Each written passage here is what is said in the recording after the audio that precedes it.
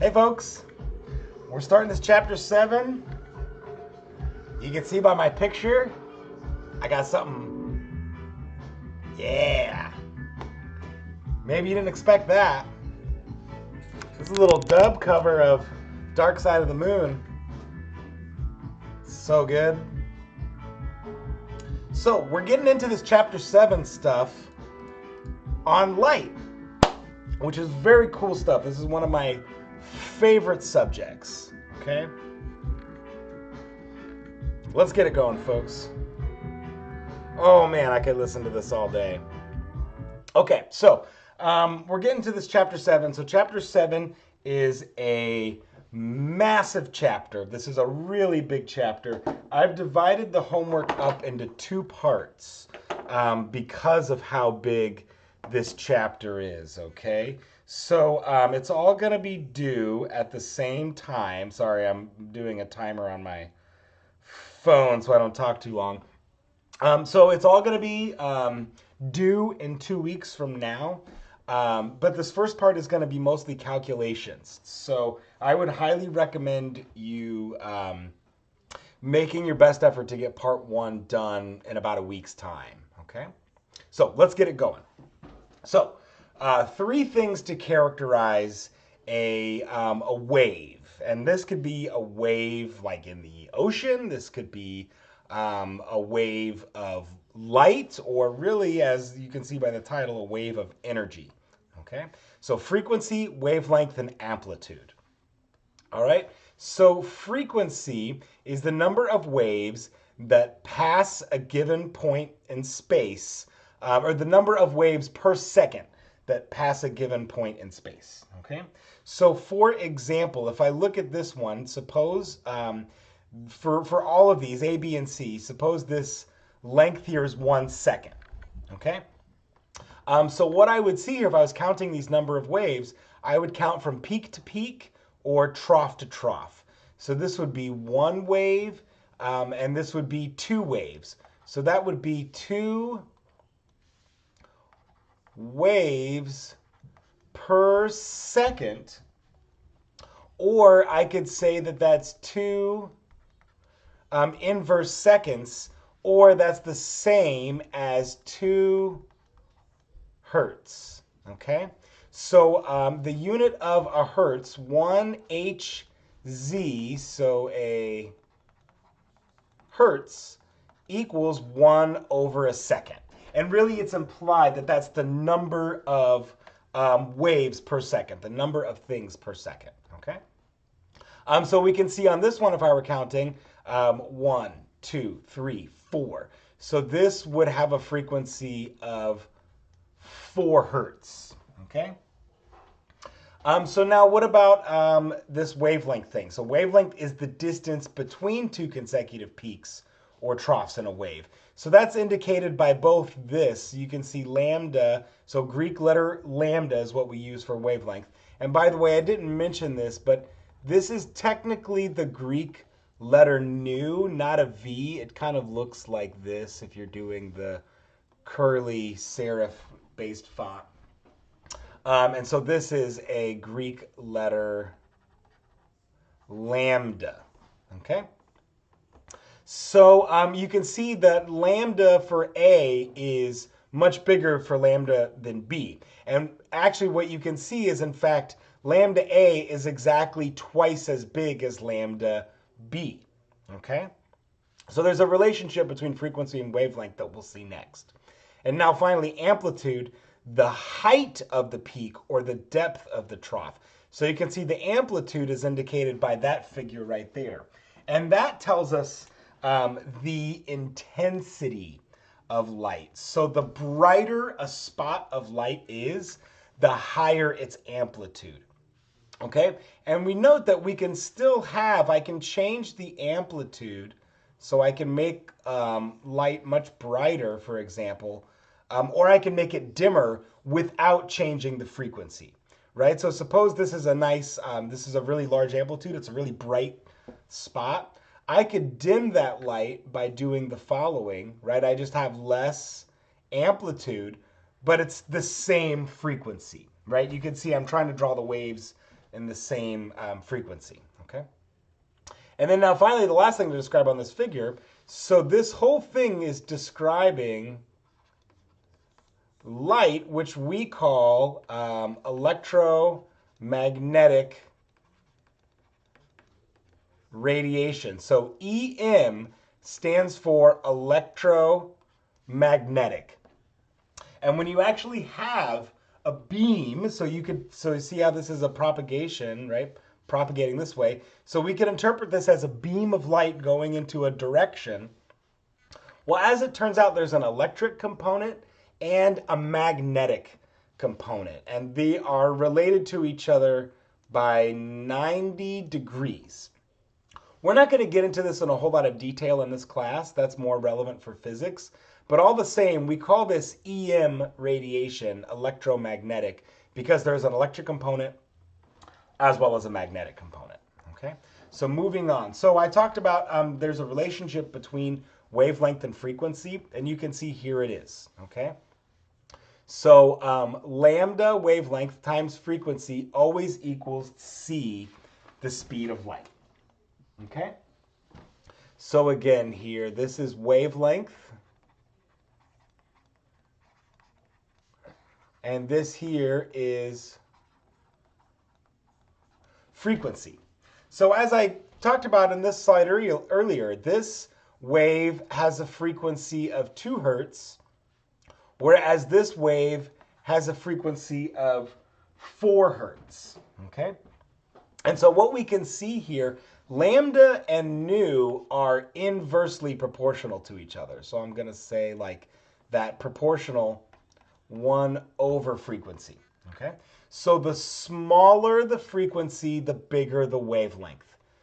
The bigger the frequency, the smaller the wavelength, right? So hopefully you can see that on this figure, right? Where this frequency is now twice as big, its wavelength is going to be twice as small, okay?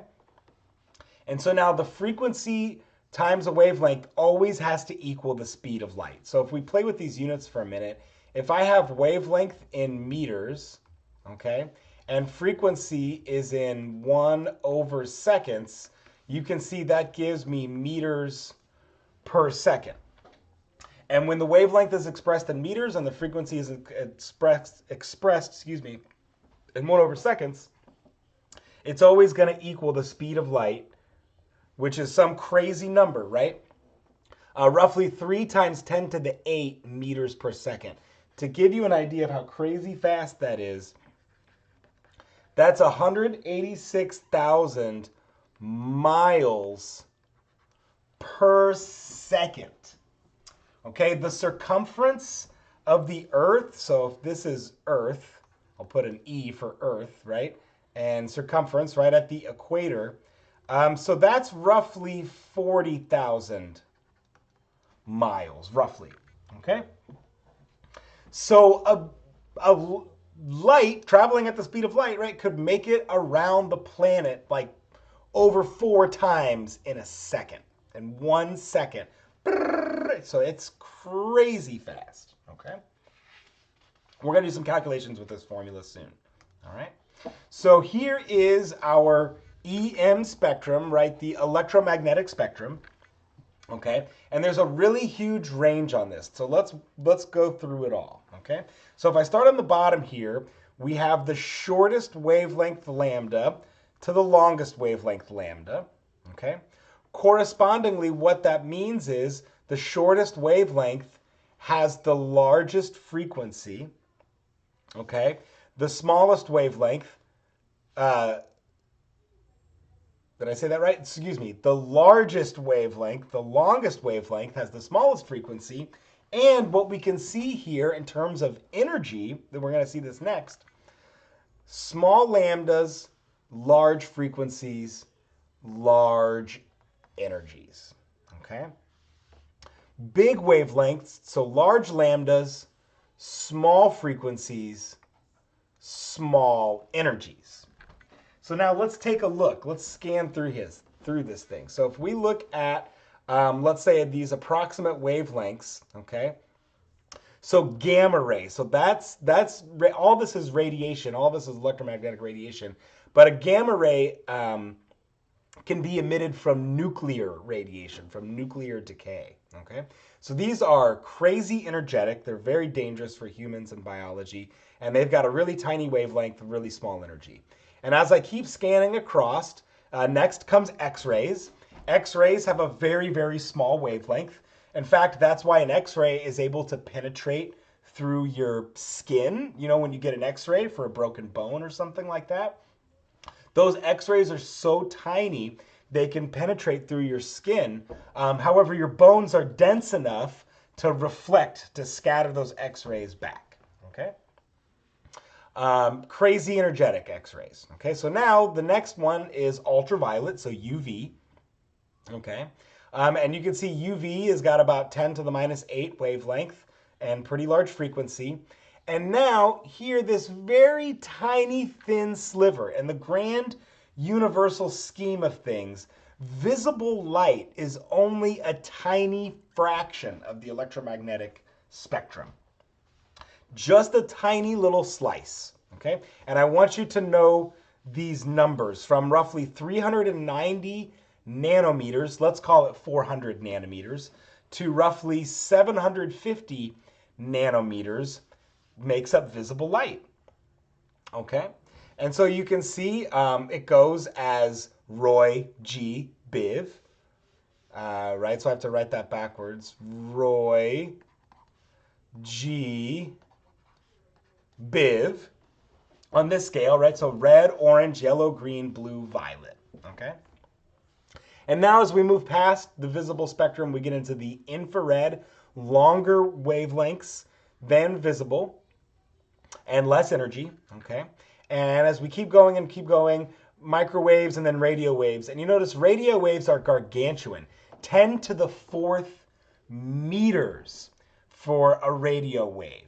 10 to the 4th meters. That's humongous. Really 10 like to the second, so like 100 meters. That's like a football field, you know, for one wavelength, okay?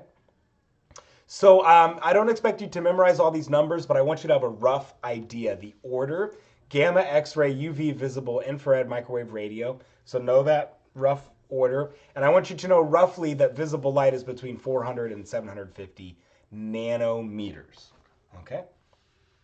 So moving on. So this is how I started this thing, right? I love this picture. I love the album. I love the band, Pink Floyd, and all of the awesome Pink Floyd covers out there. But there's some real physics going on with this picture. Maybe you knew that already. But we call this refraction, okay? And this is the bending of light waves when they pass between medium of different density.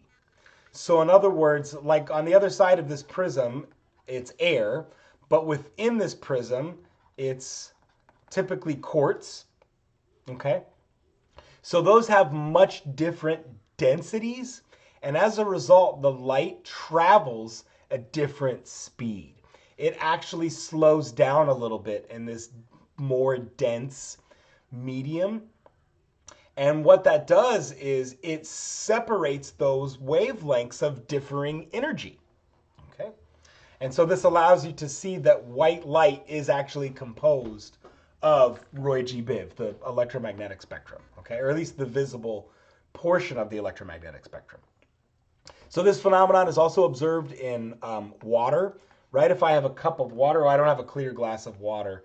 That would have been a smart thing to do, right? But if I have a clear glass of water and you put an object in it, you know, like you put a stick in something, maybe you've noticed this before, where like the object appears to be displaced. That's because of this refraction, okay? So a couple more things to discuss with photophysics here. So this is interference, and interference, we're going to see several manifestations of interference in this chapter and why and what makes that important to chemistry. So when we start adding light waves together, okay, if they have the same frequency, as you can see here, and those are aligned, okay, so we call this coherent radiation, okay? So, or another way to call that would be in phase. So the peaks and the troughs are lined up, okay? Then what we get is called constructive interference, okay? Interference. And so in other words, these two will add up and result in a higher amplitude, in other words, a brighter spot, okay? So what we would observe here is a brighter spot, kind of indicated by these points right here, okay? But now, what if these are out of phase? Out of phase. So, and now here in this out of phase picture, the peak is lined up with the trough, and the trough is lined up with the peak. This would give us total destructive interference, and it would result in no light at all. Right? So that's kind of indicated by these darker spots right there. Okay? And so there's actually some really cool applications of this. Your noise canceling headphones, right?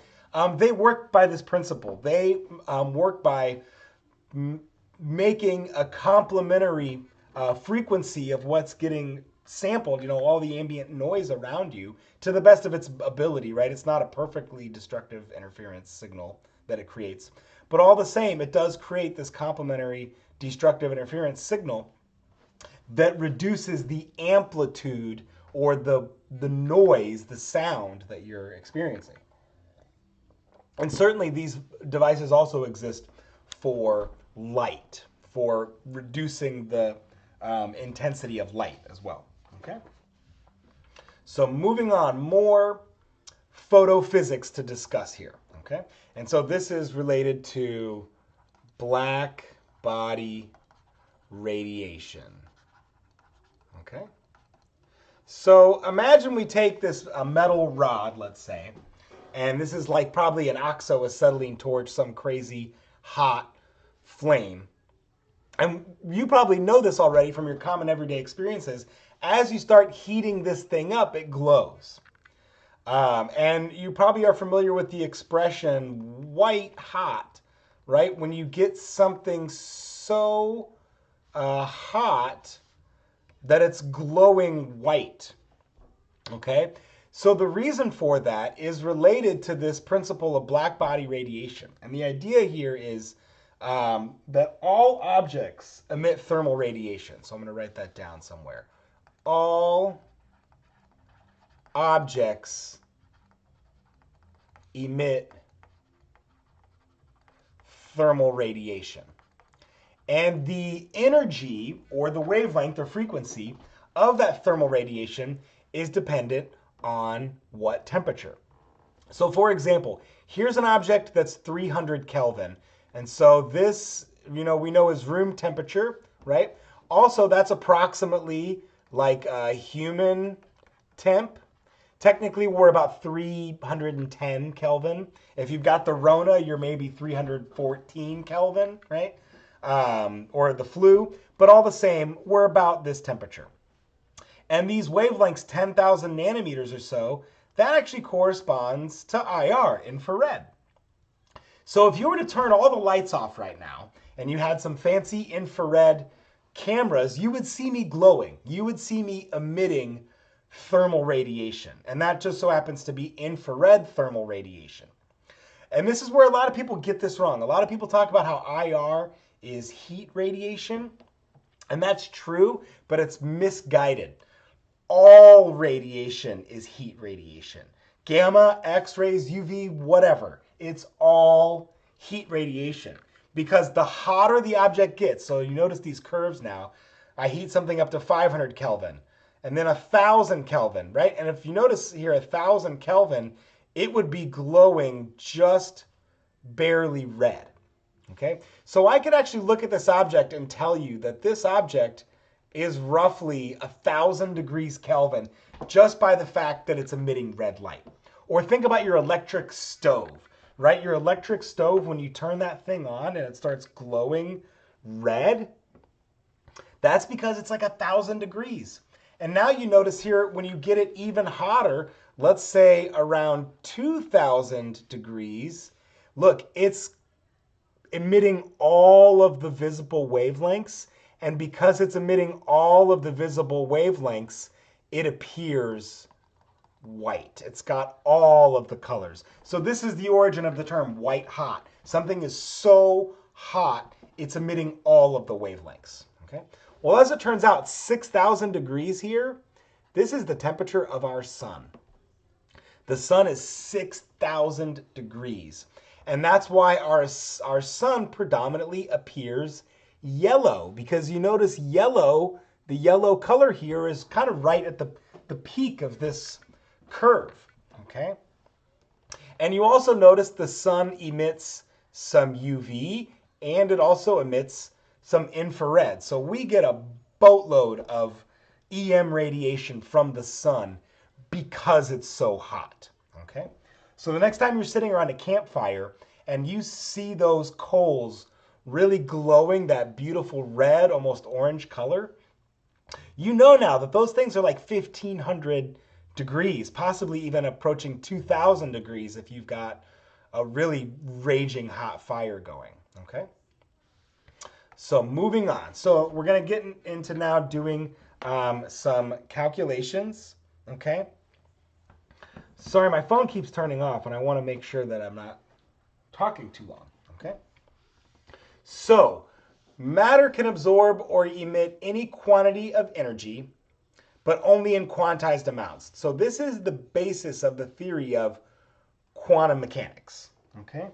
Or what you'll often hear me say, QM, or quantum theory, okay? So, two very famous gentlemen, Max Planck and Albert Einstein, came up with this idea. Okay, and also came up with this famous equation, E photon. So what that refers to is the energy of one single photon. What is a photon? Well, a photon is a packet of light.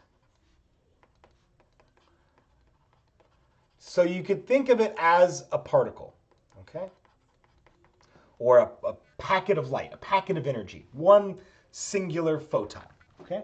And this equation says the energy of that photon is h, which as it turns out, h equals Planck's constant, Max Planck's constant. And it has a crazy value of 6.626 times 10 to the minus 34 joules times seconds, okay, is our units for h. Let me make this h a little bit more clear. Okay, h. So this equation says the energy of a singular photon can be just Planck's constant times its frequency. And if you think about that for a second, Planck's constant is a joule times a second, okay, for h. And then nu, frequency, is 1 over seconds. So that gives us just units of joules, which is a unit of energy. So great. Or because we know that frequency, right, we know lambda, or excuse me, nu times lambda equals the speed of light, then this equation can also be written as h times c, speed of light, divided by lambda, okay? And if we think about the units there, we know h is a joule times a second. We know speed of light, c, is meters per second. And we know lambda has units of meters, so that's c and that's lambda. So now if we look at all of this here, the second and the second cancel, the meter and the meter cancel, and then once again I'm left with energy units, joules, okay? And then I'll also remind you, because we're going to use nanometers quite a bit in this class, because the visible spectrum is in nanometers. So I'm going to remind you here, we want to be really good at converting with nanometers. So we can say 1 meter equals 1 times 10 to the minus 9 nanometers. Or I can say 1 times 10 to the minus 9 meters equals 1 nanometer. So either of those will work for us. but we want to be able to comfortably interconvert those units. Okay, so let's do a couple calculations. So number one, calculate the energy of one blue photon. All right, so let's do that. So number one, so that's going to be E photon equals, and we can either use H times nu, so let's say H times nu, or we can use H times C divided by lambda. And you notice here, I just told you one blue photon. I didn't tell you the actual wavelength. But if I go back now and look at my electromagnetic spectrum, we'll say blue. I could pick 450 if I want. I'm just going to say 400 to make the calculation easier. So this is just approximate, this example. So we'll just say assume lambda equals 400 point nanometers, all right? So here's how we do this calculation now. So because I have lambda, I'm going to choose the H times C divided by wavelength, okay? And I also know that I have to get this nanometers into meters to use this equation. So I'm going to say in 1 nanometer, there's 1 times 10 to the minus 9 meters, okay? And very quickly, I'm pretty good at doing this, but I understand if you need more practice. This is going to be 4.00 times 10 to the minus 7 meters, okay? So all I did was, because this is 4 times 10 to the positive 2, and this is 1 times 10 to the minus 9, I just subtracted the exponents, all right? So now I can say E photon equals 6.626 times 10 minus 34 joules times seconds times C, which is 2.998, times 10 to the 8 meters per second. You don't have to memorize these constants. I will give them to you. And that's divided by 4.0 times 10 to the minus 7 meters. So this is kind of like thermo, where this is just largely plug and chug. But we've got to get, we've got to make sure we're putting things into our calculator correctly. Okay, so I've got 6.626 times 10 minus 34, and I'm going to say times 2.998 e to the 8 equals, and then now I'm going to say divided by 4e minus 7 equals, and that's right, because I got my cheater notes right here telling me what the answer is. Okay, we'll say with 3 sig figs, because I had 3 sig figs in the wavelength, 4.97 times 10 to the minus 19 joules. That's the answer for number 1. Okay. Calculate the energy of 1 mole of blue photons. So all I have to do now is just say this number, and look, I'll do it with the stoichiometry so you can see what I'm doing. So that's joule per single 1 photon. And so now I'm just going to multiply it by 6.022 times 10 to the 23 photons in 1 mole. And so now I can say times 6.022 E23 equals, yep, and that looks right. So that gives me 2.99 times 10 to the 5 joules. And very quickly I can see that that is the same as that's joules per mole, because I said per mole photon. That's 299 kilojoules per mole. Okay? And then now, finally, this third one is going to be a little bit more tricky, but you'll actually see it's not so bad once I get it set up. Calculate the number of photons per second in a 60-watt blue light bulb. Let's talk about the watt, okay? So you're probably all familiar with watts, right? Because you've looked at a light bulb before. Maybe hopefully not stared at the light bulb, but you've looked at the power rating on the light bulb. So a watt, 1 watt is symbol W, and that equals 1 joule per second. So 60 watts is 60 joules per second, okay? So, so actually let's write that down, because maybe this might be confusing later on. So 60 watts is 60 joules per second. because 1 watt equals 1 joule per second. Okay, great. So now how do we do this? So I'll remind you that that number we calculated from E photon is 4.97 times 10 to the minus 19 joules per 1 photon. Okay? And so what we're trying to do is calculate the number of photons per second. So I wrote this upside down, right? So what I want to do is really know the number of photons in this thing. So I'm going to start with this number, just like we do with our stoichiometry. I read this problem, 60 watts is the number in this problem. That's the number I'm going to start with, okay? And so I'm going to say that's 60 joules in 1 second. So you can see now this is why I wrote this down backwards initially, because now what I recognize is I need to convert joules into number of photons, and that's what that number tells me. That number tells me 4.97 times 10 to the minus 19 joules is 1 photon, okay? And so now the problem is asking me to calculate the number of photons per second in one blue light bulb, and this is literally all I have to do, is just divide the power, this is a unit of power, the watts, by the energy, okay? Joule and joules cancels, and so now, let's see, I get 60 divided by 4.97 E19 minus equals, and yes, that is correct. So we'll say because 60 watt, technically that's only 1 sig fig. Let's cheat and put a decimal there to make it 2 sig figs, okay? So that would be 1.2 times 10 to the 20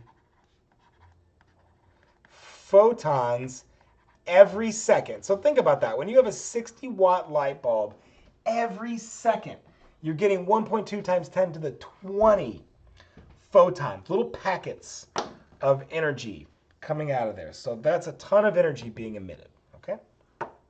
So there's one more, let's see here. Do I want to pick up this concept? Actually, I think I'll do this section 7.3 on the next slide. I've been doing about 30 minutes. That's a pretty good length of a video for this section. Okay, folks, I'll see you in the next video.